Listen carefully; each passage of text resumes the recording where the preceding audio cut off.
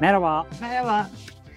dünyamıza hoş geldiniz sevgili dostlar. Biliyorsunuz 616 gün süren, gel paşam gel, tabii ki tam kayıt esnasında yapacaksın bu hareketleri çünkü. Yarım saattir aynı yerde oturan Max, biz konuşmaya başlayınca yer değiştirmeye karar veriyor. Aynen öyle. 616 gün süren Türkiye kıyı ve sınır şeridi turumuzun en güzel anlarını paylaştığımız ve anılarımızı tazelediğimiz raporlar bölümüne hepiniz hoş geldiniz. Hoş geldiniz. Bu bölümde hep beraber Doğu Anadolu bölgesini hatırlayacağız. İzlemeyenler varsa onlara güzel görüntüleri yansıtacağız tekrar. Evet. Son videolarda biz böyle artık anılara dalınca birazcık çok fazla detaylı anlatmış olabiliriz belki Akdeniz'deki. Çünkü gerçekten çok güzel yerlerdi ve aslında atlamak istemiyoruz ama bu videoda biraz daha üstten geçeceğiz. Çünkü zaten o videolar var. Yine güzel görüntüleri size göstereceğiz ama her şeyi anlatmayacağız ki öteki videoları dönüp izleyin. Bu videoda size muhteşem drone görüntüleriyle Doğu'nun bütün güzelliklerini, bizim gördüğümüz bütün güzelliklerini göstermeye çalışacağız. Hem drone görüntüleriyle hem de çok güzel, birbirinden güzel fotoğraflarla sizlere Doğu bölgesinin raporunu sunacağız.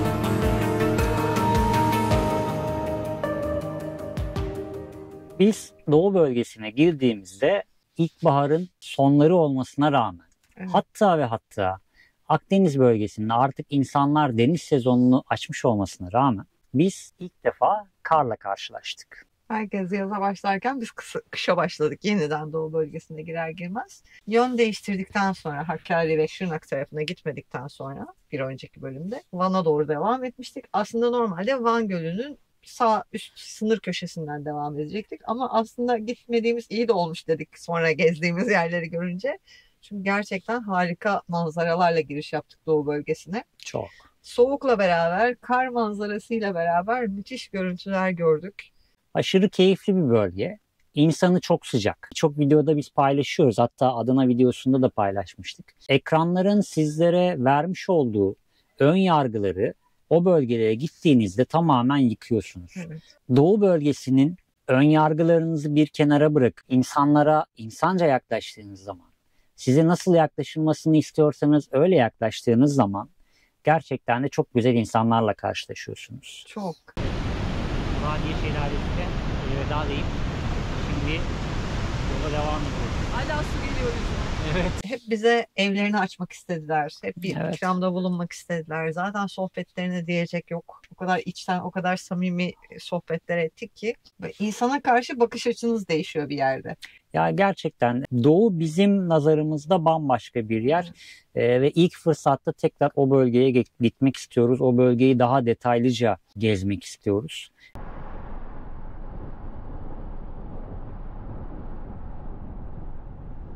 Ağrı tarafından sonrası daha bir gerçekten Doğu gibiydi. Evet. Ağrı Güneydoğu'nun başlangıcında benim bahsettiğim tek katlı evlerin olduğu böyle daha toprak yol ya da Evet. küçük yerleşimlerin olduğu yerler asıl Doğu'nun üst taraflarıymış. Evet, yani Van da çok büyük bir yerleşkeye sahip. Hı hı. Ama Ağrı'dan sonraki kısım gerçekten şehir merkezi dediğiniz kısımlar çok ufak. Evet. Çok ufak kalmışlar. Ağrı Dağı'nın muhteşemliği. Ve Doğu Bayazıt sınırlarına gelmiş bulunmaktayız. Ağrı Dağı'nın görüntüsü var ya yani gerçekten hayranlık uyandırıcı.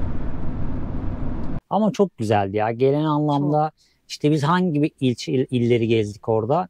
İşte Van, Ağrı, Bitlis, Bitlis, Tatvan'la aynen. Van Gölü kıyısından başladık. Bitlis, Tatvan, Van, Ağrı, Iğdır, ondan sonra Kars ve Ardahan. Hani gezdiğimiz bunca şehirde inanılmaz güzel manzaralarla karşılaştık. İnanılmaz güzel insanlarla karşılaştık. Birçok videomuzda söyledik o dönemde. Artık insanlar şey dedi. İşte hani ne kadar çok övdünüz Doğu'yu ya. Ben gittim hiç öyle insanlarla karşılaşmadım falan ama işte bizim yaşadığımız tecrübe buydu. Biz direkt yaşadığımız tecrübeyi paylaştık aslında sizlerle. Hiç gitmeden ön yargısı olan insanlardan geldi daha çok bu Evet. cümleler. Evet.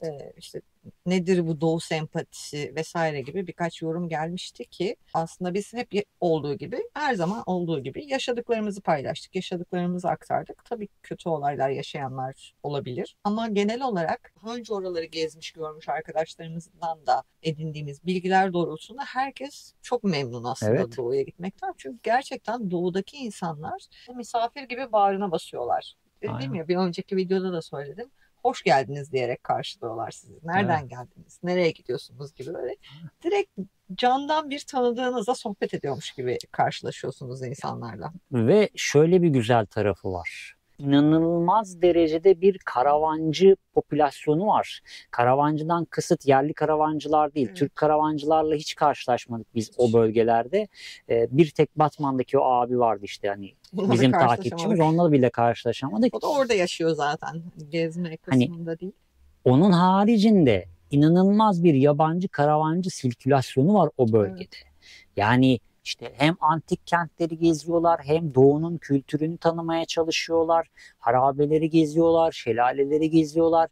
Yani Van Gölü kıyısında ulaşımı zor olan, yani zor olan demeyeyim de böyle şehre yakın olmayan, işte atıyorum bir saat, 1,5 saat yol gidip de ulaşabildiğiniz noktalarda bir gidiyorsun 2-3 tane yabancı karavan var bu yerde. İnsanlar biliyorlar oraları. Gerçekten doğanın tadını çıkartmaya gidiyorlar oralara. Ve biz yoldayken de özellikle Ermenistan sınır kapısından ve diğer sınır kapılarından, hani yolumuzun üstünde olanlardan, hatta hatırlıyor musun, bir 30-35 jiplik bir kafileyle denk gelmiştik. Araç üstü çadırları vardı falan böyle. Numaralandırmışlardı. Bayağı Evet. uzunca bir şerit olarak geçtiler. Kamyon karavanlar vardı. Evet, Bir tane kırmızı bir kamyon karavanla Kars'a karşılaştık. giderken. Hep beraber el sallaştık falan böyle. Oo, karavan mı? Gerçekten mi? Ben kamyon sandım, geri çeviriyordum. Kamyon da olabilir gerçi. Vallahi kamyonsa da kamyon ön tarafı bayağı diri ve canlı duruyor. Karavan.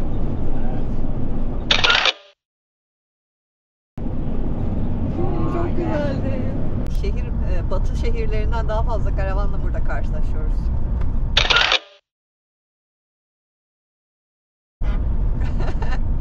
Ne güzel korna yapmışlar. Yolları çok güzel. Şimdi onları söyleyince o geldi aklıma. Evet. Kaymak gibi yolları var. İnanılmaz güzel asfaltları var. Kars çok başarılıydı.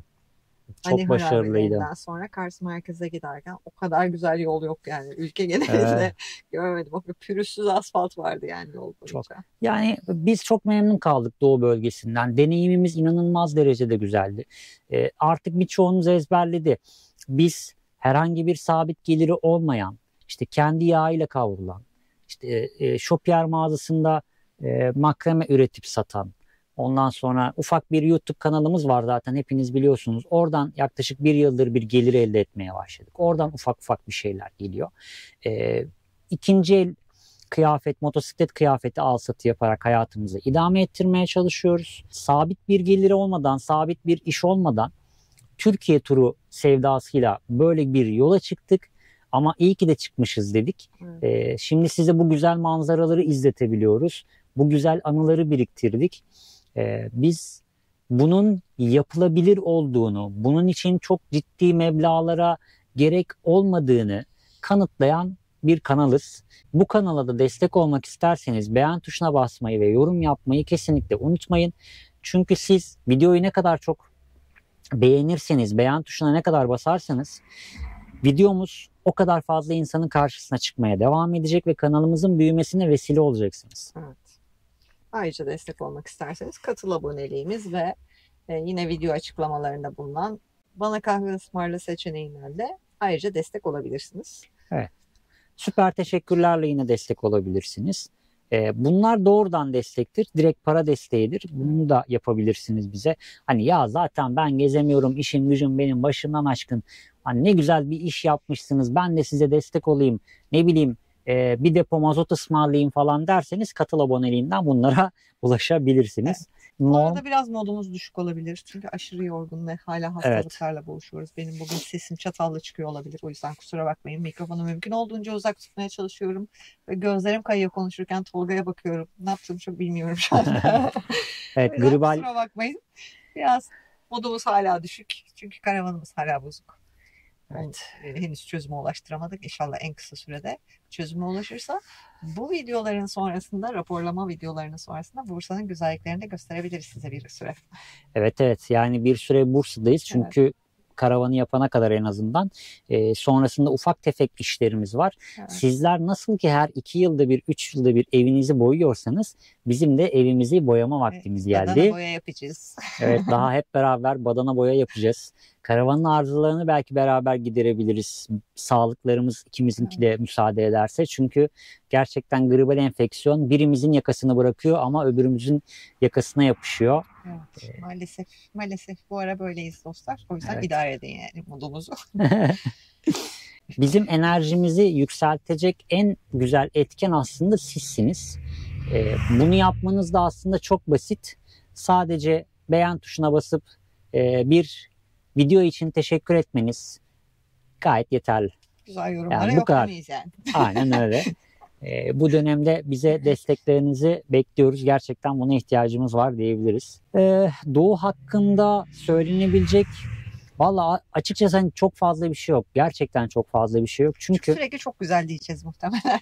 Evet, hep onu söyleyeceğiz. Eşsiz manzaralar ve o manzaraların içine dahil olmak kadar büyüleyici bir şey yoktu Doğu ile ilgili benim.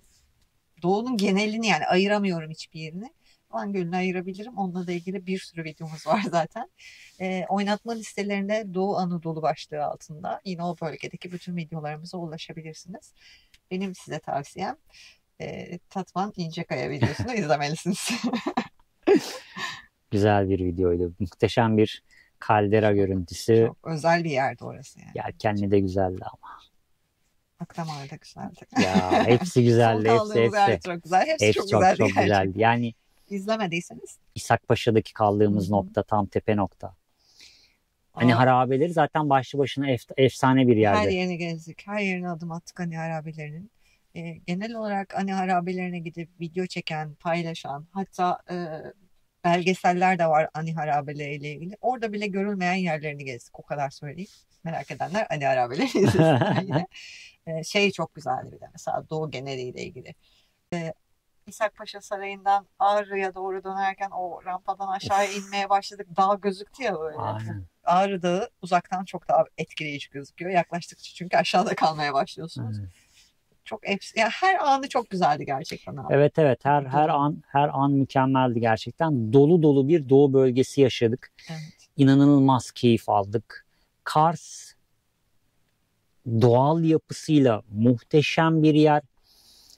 Bize göre milli değerlere daha fazla önem verilip Evet. Yani bir kalenin içerisinde mesela kafe olmamalı. Bize göre bu tamamen. Evet. Kalenin en üstüne çıktık. Şimdi en üst açıdan, en geniş açıdan sizlere Kars manzarasını gösterelim dedik. Yani farklı Sonra sebepler sunulabilir bunun Kars için. merkezinin hemen üstü zaten kale ve çevresini saran yükselti var kalenin olduğu taraf. Orada mesela tabyalar vardı ama ulaşım yoktu oralara falan. Yani değerlendirilebilir turizm açısından. Çünkü gerçekten şehir merkezi çok ufak bir yer ama turist de çok fazla gidiyor. Gördük işte bir sürü karavancı gördük. Turist de çok fazla gidiyor ve ziyaret açılabilecek tarihi hali hazırda yerleri varken değerlendirilmesi çok iyi olur. Evet. Bizi şaşırtan şehir Ardahan oldu bence. Evet. Evet, hemen ardımızda Ardahan Ovası. Şuralar hep Ardahan arkadaşlar. Buralara kışın gelmeyin. Keyif alamıyorsun. Baharda da gelmeyin. Hani biz şahsen keyif alıyoruz ama çok ufak şehir merkezi. Ardahan'ın şehir merkezi inanılmaz derecede ufaktı. Zaten haritalarda da Ardahan ufak bir yer ama o kadar ufak beklemiyorsunuz gerçekten. Bir mahalle kadar bir yer yani Ardahan'ın şehir merkezi. Ama güzeldi. Evet. Çok gezemedik. Yağmur yağdı o gün. Ya şansımız ama yine bayağı yer sığdırdık Ardahan'a. Ardahan'da farelerden kurtulduk. Ya evet sormayın, bir fare maceramız var. Çıldır Gölü'ne gidelim dedik. Çıldır Gölü'nde karavanımıza fare girdi. Hem de bir değil 2 tane. Ve evimiz muhteşem bir şekilde dağınık. Çünkü anlatmak ister misin? Çünkü dün akşam karavanımıza fare girdi. Evet, her yeri ayağa kaldırdık. Evet. Yani Çıldır Gölü'ne bence neden çıldır dediklerini anlamış olduk biz yakından. Çünkü gerçekten çıldırdık orada. 3 gün boyunca. Gecenin saat 3'üne 4'üne kadar fare kovaladık karavanda. Çünkü yani belki evde olsa o kadar önemsemezsin. Çünkü her şey duvarların içinde ama karavanda kablolar var haliyle ve riskli bir durum. Tabii. Kabloları kemirmesinler, bir yere zarar vermesinler diye bol bol besledik biz arkadaşları kurtulana kadar. Yani çok şeydi ya. Çok yani keyifliydi güzel, ama. dolu dolu geçti Doğu bölgesi. Her anlamda çok güzeldi. Yine olsa yine gideriz. Valla gidebiliriz. Gideriz. Kışın çok istiyorum ben orayı da. Kışın yaz gibi de Van'a istiyorum. O gölde girip yüzemedik ya. Evet ya. Çok yani Van Gölü'nün hep derler ya işte o bölgede yaşayanlar Van'a göl demezler. Van Denizi diyorlar. Yabancılar da. Herkes Van Denizi, Van Sea diyorlar falan. Yani oraya gidince göl diyemiyorsunuz gerçekten. Çünkü göl gibi gözükmüyor. Göl gibi davranmıyor. Deniz gibi yani bayağı. Karşı kıyı o kadar uzak. Yani çoğu açısından öyle. Karşı kıyılar çok uzak. Çok geniş.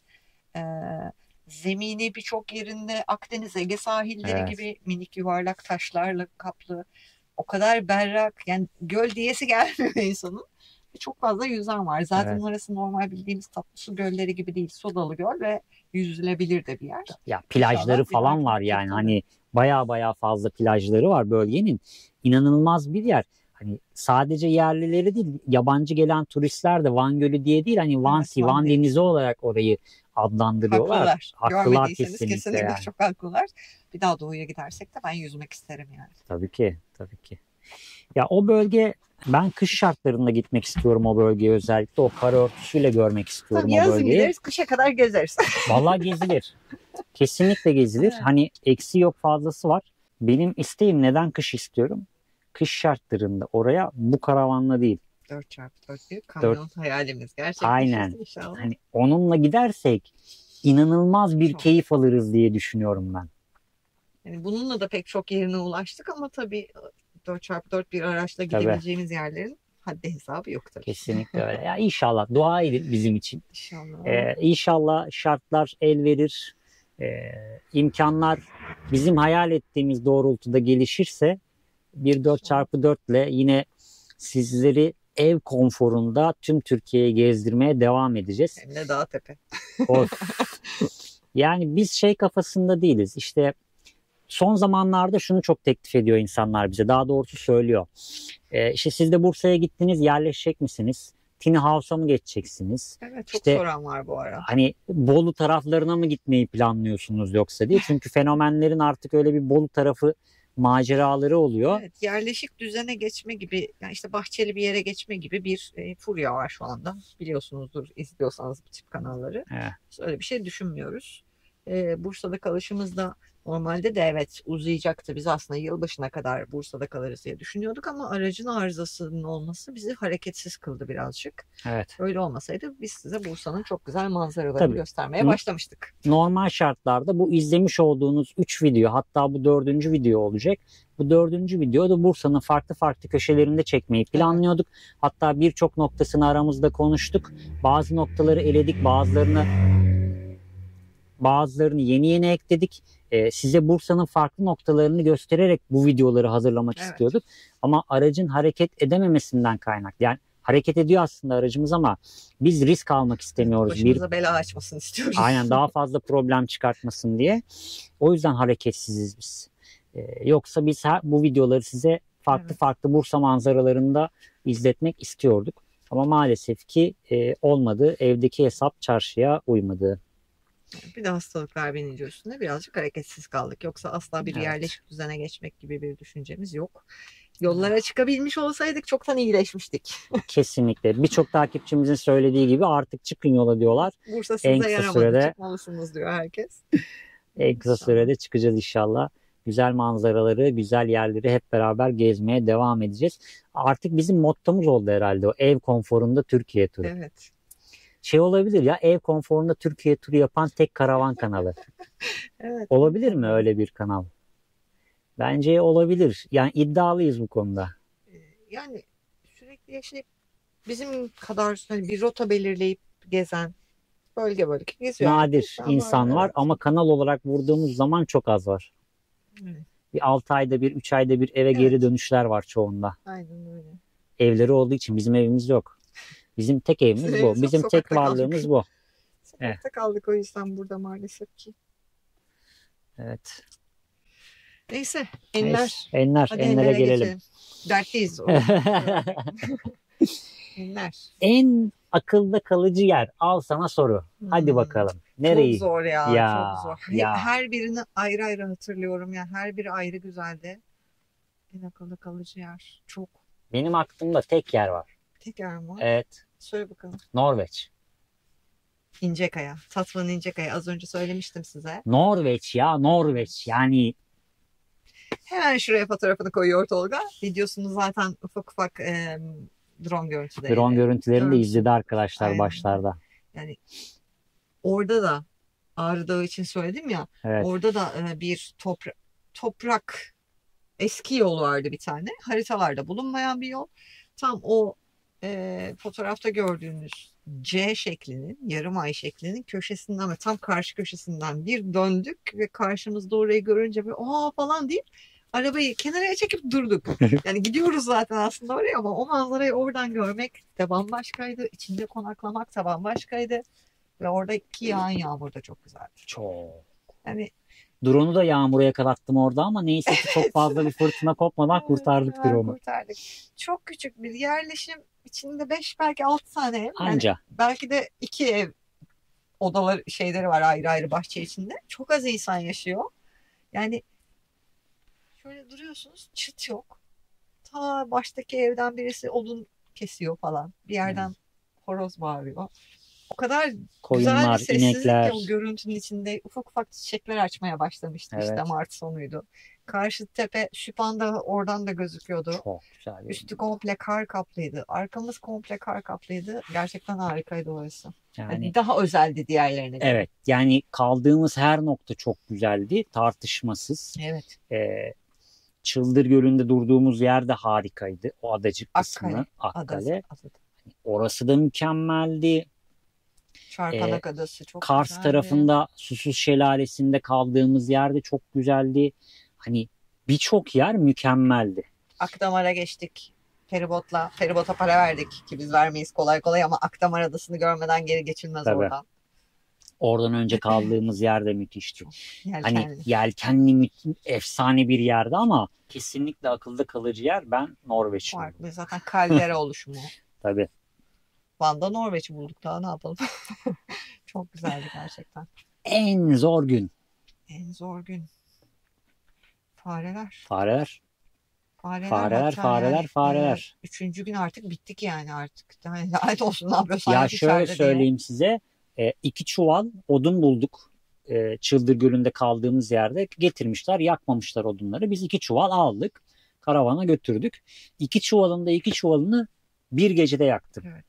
Fareyi kovalayabilmek için kapılar açık. Bu kapı Sürgülü açık. kapı açık. İçeriden dolanmasın diye orayı kapat, burayı kapat. Bütün eşyaları boşalt. Tam arkaya geçti diyoruz. Eşyaları geri koyuyoruz kaçmasın diye. Yine kaçıyor falan. Böyle 3 gün canımızı okudu o fare. Evet, en zor gün Çıldır Kurtarmaya Gölü. çok uğraştık ama maalesef.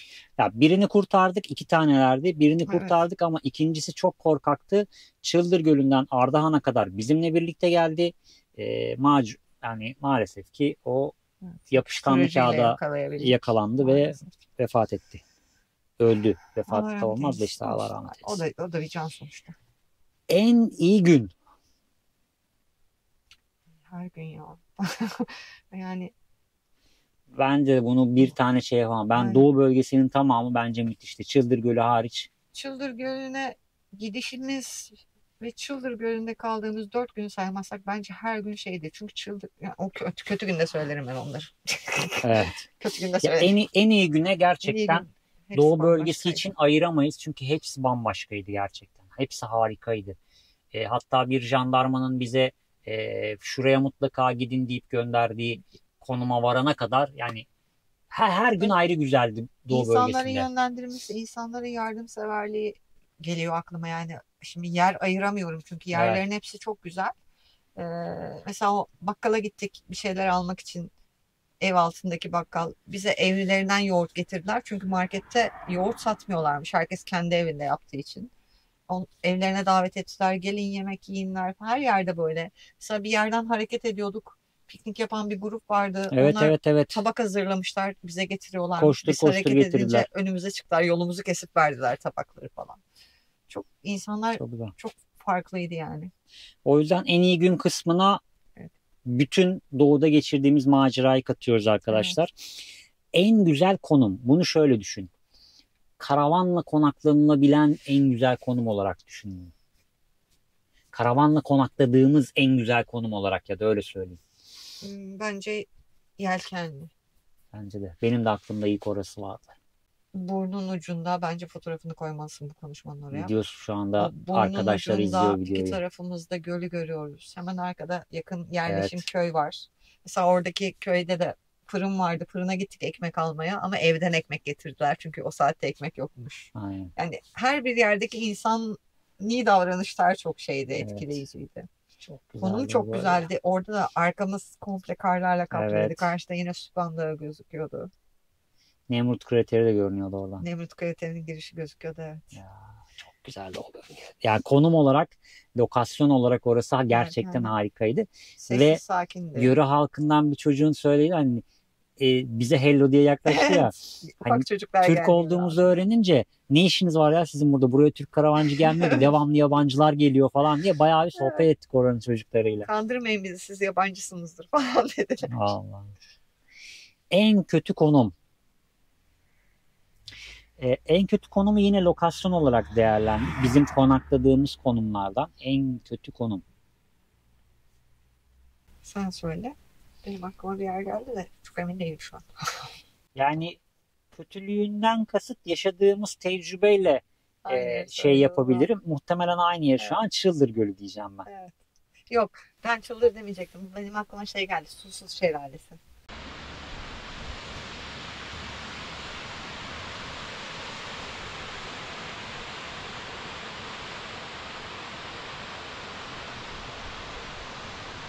Max Silver'ın Evet. Yani kıtlamalarından orada dolayı. hani karavanla konaklamak için çok alan olarak diğer yerlerde hep böyle manzara içindeydik. Manzaraya dahildik ya. Evet. Orada o bina vardı. Onun arkasında kaldık. Onu düşündüğüm için ben öyle dedim. Susuz Şelalesi çok güzel bir yer tabii ki ama karavan konaklaması kısmında alanı Evet, yok. ona uygun değil. Ona uygun Yukarıda değil. bir otoparkta ya da aşağıda o binanın arkasında durman gerekiyor. O yüzden o dedim ben. Evet, o uygun değil. Ben de yaşadığımız tecrübeyi şey yaparaktan söyledim onu. Konumların hepsi çok güzeldi. Of, en büyüleyici an.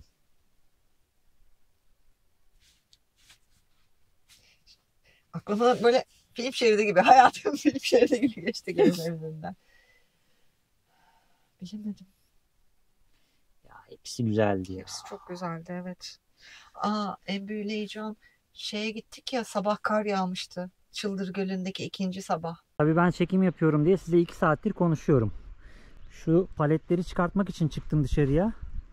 Ama gökkuşağını gördüm. Hemen içeriden kamerayı aldım. Hesapta çekim yapıyorum ama çekim yapmıyormuşum meğersem.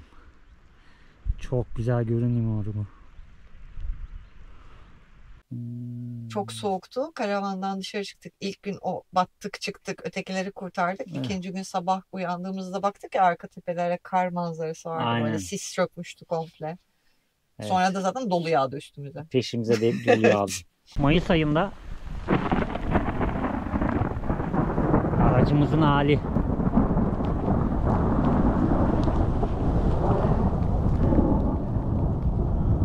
Bilmiyorum, Çıldır Gölü ile ilgili güzel bir anı hatırlayamıyorum. Aklıma ilk gelen benim fareler oluyor ve üşüdüğüm oluyor orada Çıldır yani. Gölü'nde sadece farelerle de kalmadık bu arada. İlk bir biz battık çamura.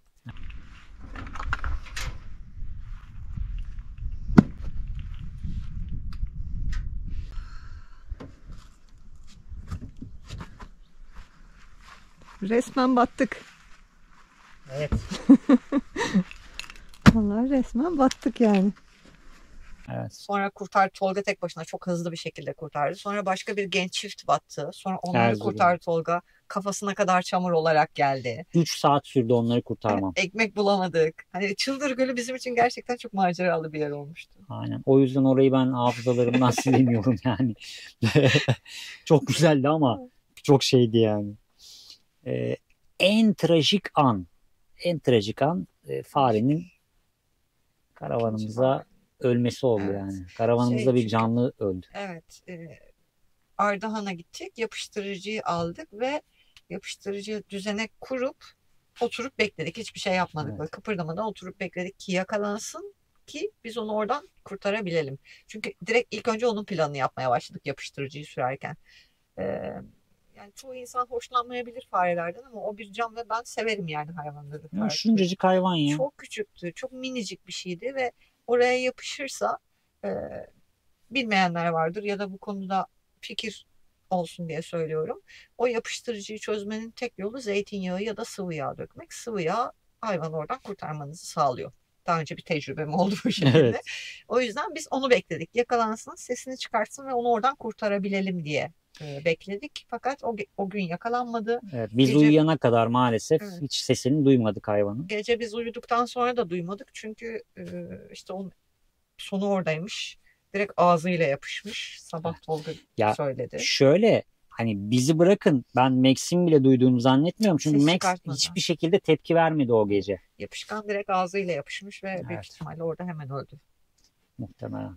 En Kurtarmayı trajik anımız da öyle oldu maalesef. kadar mı? Son Bu mu? kadar. Son Aa, son aklında bir en varsa söylemek istediğin, yok, her arkadaşlarla yere. paylaşmak istediğin. O göl görüntüleri gitmiyor benim gözümün önünden Yani çok sadece. güzeldi ama. Çok güzel. Yani Van Gölü'ne defalarca gitmek isteyebilirim ki biz bu turda Van Gölü'nün alt kıyısını gezdik sadece. Yani güney ve Evet. doğu kıyısını gezdik. Üst kıyısına çıkmadık. Bir kısmına kadar gittik sadece. Diğer tarafları da çok güzel. Çok güzel yerler var haritamızda Çok. işaretli ama kıyı ve sınır şeridi turuna uymayı istediğimiz için en yakın sınırdan devam ettik. Evet. İnşallah bir sonraki seferde belki hepsini komple etrafını döneriz. Komple etrafını döneriz. Nemrut kraterine gireriz. Biz Nemrut kraterine gireceğimiz vakit Tatva'nın içine girdiğimizde Nemrut kraterine giden yol kapalıydı. Ciddi Kar bir dolayısıyla. kar yağışı, hala devam eden bir soğuk vardı zaten. Evet. Biz oraya gelmeden önce hemen iki konum önce Hasankeyf'te tişörtlerle gezerken Evet. Tatvan'a giriş yaptığımız gün odun almak için bir yerde durduk ve ben yatağın altından kışlık montlarımızı çıkartmak zorunda kaldım. O kadar soğuktu gerçekten. Ve o montlar neredeyse Karadeniz'e inene kadar da sırtımızdaydı. Karadeniz'i geçtik. Tabii. Trabzon'da falan hep o montlar vardı Evet. üstümüzde. Karadeniz'in yarısını falan geçtik. Aynen öyle. Yaz görmedik neredeyse bu sene biz ya. Edirne'ye gelene kadar görmedik Bir yazı. orada sıcak gördük gerçekten. Ay. Sağlık olsun. Çok keyifliydi. Yazı kışı yok bu işin. Ev Ya. her zaman ev. Soranlar oluyor. Hemen söylüyorum. Karavanda kışın ne yapıyorsunuz diye. Siz evde ne yapıyorsunuz? Aynısını yapıyoruz. Dışarı çıkarken montumuzu giyiyoruz. İçeri girince sobamızı yakıyoruz. Dünyaya bir kere geliyorsunuz dostlar. Hepimizin tek kullanımlık bir hayatı var. Türkiye şartlarında bu ortalaması 75 yıl. En iyi şartlarda, hastalığınız vesaireniz olmadığı şartlarda bir insan ömrü ortalama 85 yıl. Biz bunun yarısını zaten yedik. Kalan yarısında da güzel anılar biriktirmek istiyoruz. Sistemin dışına çıkıp hayatta kalmaya çalışıyoruz. Sizlerin bu konuda desteği gerçekten çok büyük. Bunun için teşekkür ediyoruz. Ama daha fazlasına ihtiyacımız var. Bu yüzden beğen tuşuna basmayı ve yorum yapmayı unutmayın. Bu tek kullanımlık hayatta dünyaya çalışmak için, birilerini zengin etmek için ya da evinizin perdesini değiştirmek için, evinize bir mobilya daha almak için gelmediniz. Bırakın perdeler eski kalsın. Aynen öyle. İş görüyorsa kalsın. Aynen öyle. Kendinizi geliştirin. Yeni insanlarla tanışın. Yeni maceralara atılın. Yeni yerler görün. Bir şeyleri keşfedin. Bir şeyleri yapmış olmanın mutluluğunu yaşayın. Geçtiğimiz gün galiba senin annende miydi, bizimkilerde miydi? İşte bir belgesel kanalında biz eğer Aynı şeyi düşünüyordum şimdi. Biz aile evlerindeyken televizyon açıksa mutlaka bir belgesel kanalı açıktır. İzlediğimiz bir belgesel kanalında bir yeri tarif ediyorlardı. Döndüm Gülden, dedim ki biz dedim buraya gittik. Evet. Hani yani o ekranlarda gözüken yerin nerede olduğunu, bir harita üzerinde nerede olduğunu bilmek bile zihnini bir kere canlı tutan bir şey. Aynen. Oraya gidip görmüş ve deneyimlemiş olmak bambaşka bir şey. Ya da birisiyle sohbet ederken atıyorum karşılaştınız, tanıştınız, arkadaşınız orada askerlik yapmış. Oradan bahsederken siz orayı görmüşsünüz, biliyorsunuz ve gözünüzde de canlandırabiliyorsunuz. Sizin Yani. orada anılarınız var. Çok bu büyük bir bambaşka zenginlik. şey. Çok. Dostlar, bu zenginlik dediğiniz şey sadece maddiyatla olacak şey Tabii. değil. Bunun en güzel ve somut örneği biziz. Maddiyatımız yok. Tek maddiyatımız bu karavan ve bir tane de motosikletimiz var. 2006 model bir motosikletimiz var. Tek maddiyatımız bu ikisi. Bunun haricinde herhangi bir maddiyatımız yok. Herhangi bir evimiz, barkımız vesairemiz de yok. Çalışmıyoruz. Gerek de yok. Gerek de yok. Karın doyurmak dediğiniz şey bir somun ekmek.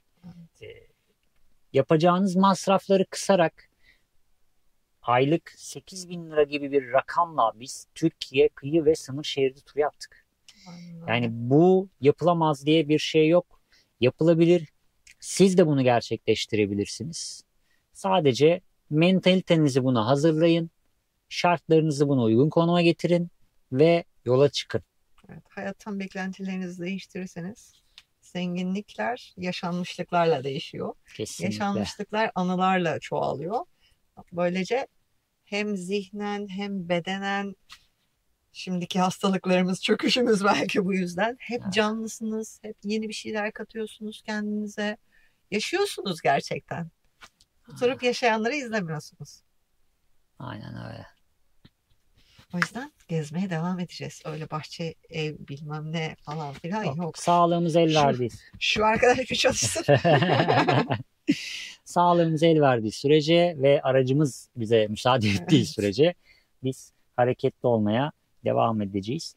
Ola ki Milli Piyango'dan bir yerlerden para çıkar ve daha üst model bir araca ya da 4x4 bir kamyona geçersek emin olun çok daha güzel yerler gezeceğiz hep beraber. Ev konforunda Türkiye'yi karış karış gezmeye devam edeceğiz dostlar. Ne diyeceğimi bilemedim. Gezeceğiz. Tabii ki gezeceğiz. Bir sonraki macerada görüşmek üzere. Kendinize çok iyi bakın. Bir sonraki video Karadeniz'in geneli.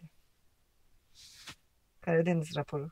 Karadeniz. Oy uşağım. Karadeniz ömrümüzü kararttı Karadeniz. Görüşmek üzere. Kendinize iyi bakın. Hoşça kalın.